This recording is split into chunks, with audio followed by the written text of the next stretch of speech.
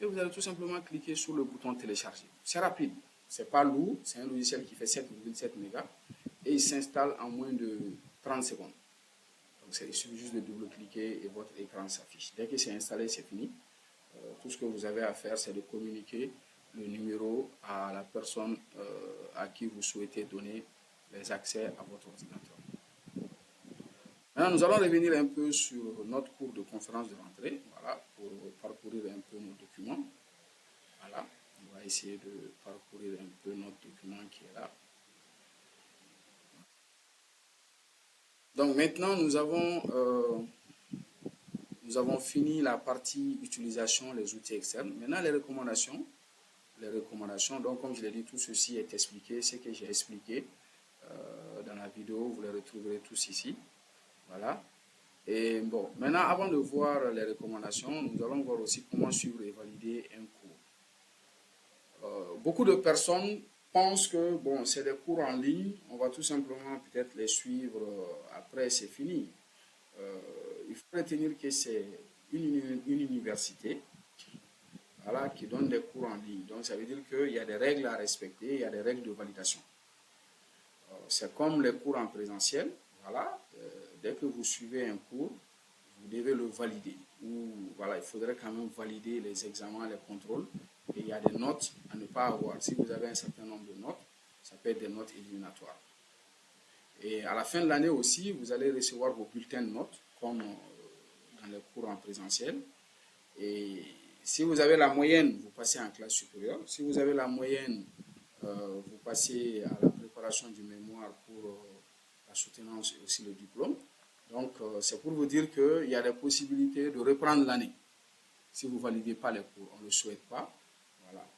Donc, il faut pouvoir vraiment valider un cours. Maintenant, pour valider un cours, voilà, on dit suivre et valider un cours sur le campus de ERP implique assiduité, interaction avec les ressources et réaliser des activités d'évaluation. Donc, il faut réaliser les activités d'évaluation, surtout les tests de connaissances, surtout les TD, les TP. C'est la description du cours, c'est ce que j'ai dit au début. Quand vous allez dans un cours, il faut déjà voir quelles sont les modalités de validation. Étudier les documents disponibles, c'est-à-dire que tous les documents qui sont là, il faut les télécharger, il faut les lire, il faut voir les vidéos. Suivre les parcours pédagogiques. Les parcours dont j'ai dit c'est l'élément le plus important parce que le parcours montre un peu l'enchaînement des différentes étapes du cours pour faciliter la compréhension. Et ensuite, il faut effectuer les exercices et les examens. Ouais, parce que si vous ne faites pas tous les exercices, ça peut être pénalisant. Et les examens, c'est obligatoire, sinon vous n'allez pas avoir de notes. Et lorsqu'on vous donne des travaux, vous devez pouvoir les soumettre. D'accord? Je pense avoir montré ça à travers un TD, mais j'ai dit que vous allez voir ça en pratique lorsque vous aurez réellement des TD. Valider le cours. Maintenant, pour qu'un cours soit validé, vous devez généralement avoir réalisé toutes les étapes du parcours, avoir obtenu une note suffisante aux tests et examens, avoir soumis les travaux demandés, respecter les critères de participation définis par l'enseignant. Bon, ça c'est libre. L'enseignant peut par exemple noter la présence, la discussion, voilà, qui participe, qui ne participe pas. Okay? On dit chaque enseignant peut définir ses propres critères de validation. Reportez-vous à la description du cours ou posez la question via le chat. Donc ça c'est en fait ce qu'il vous faut par cours pour pouvoir valider vos différents cours. Maintenant, nous allons voir, bon, on a parlé des outils. Voilà. On a parlé des outils. Voilà, j'ai parlé de AnyDesk, de Google Chrome. Donc, je pense avoir oublié aussi un convertisseur PDF. Ça, c'est important. À savoir que les travaux que vous allez soumettre sur la plateforme, le format recommandé, c'est des documents PDF. Même si vous travaillez dans un document Word, vous faites une présentation PowerPoint, nous vous demandons de les convertir en PDF avant de les envoyer sur la plateforme. Pour la simple raison que les PDF sont des fichiers non modifiables et en même temps, c'est des fichiers qui ne peuvent pas, bon, à notre connaissance, transmettre des virus. Mais par contre, quand vous chargez les documents Word, PowerPoint, dans lesquels on peut insérer des macros, donc vous pouvez facilement nous transmettre des fichiers infectés qui peuvent déranger la plateforme. Donc, la plupart du temps, on recommande assez que vous envoyez vos travaux au format PDF. Maintenant, quelques recommandations. Bon, je pense que nous sommes tous des adultes. Chacun sait exactement pourquoi il est là, pourquoi il a payé. Vous avez tous des attentes, des objectifs. Voilà. Et à partir du moment où on s'inscrit sur une plateforme, donc il faudrait quand même avoir un petit emploi du temps à côté qui va vous permettre de travailler efficacement sur la plateforme.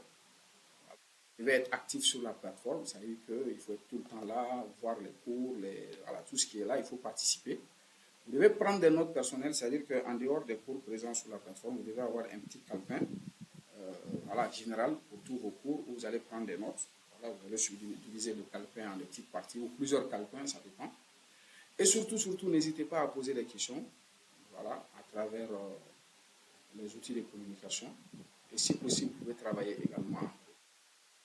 Là, il faut réviser régulièrement les matières. Voici un peu tout ce qu'on pouvait dire par rapport à l'utilisation de la plateforme. Déjà, se connecter. Vous pouvez revivre la vidéo plusieurs fois, révisionner pour essayer de comprendre. Voilà. Donc, sur ce, je vous dis merci et je vous souhaite vraiment une très bonne session de formation sur le campus numérique. N'hésitez pas aussi à nous faire part de vos observations, vos critiques, surtout pendant les sessions de formation. Donc, tout ce que vous voyez qui vous semble non pédagogique, vous pouvez tout simplement nous envoyer un mail à travers votre boîte de messagerie interne intégrée. Vous pouvez envoyer le message à l'administrateur et là, on va traiter de façon... Merci de nous avoir fait confiance et nous allons mettre tout en œuvre pour être à la hauteur de votre confiance. Merci.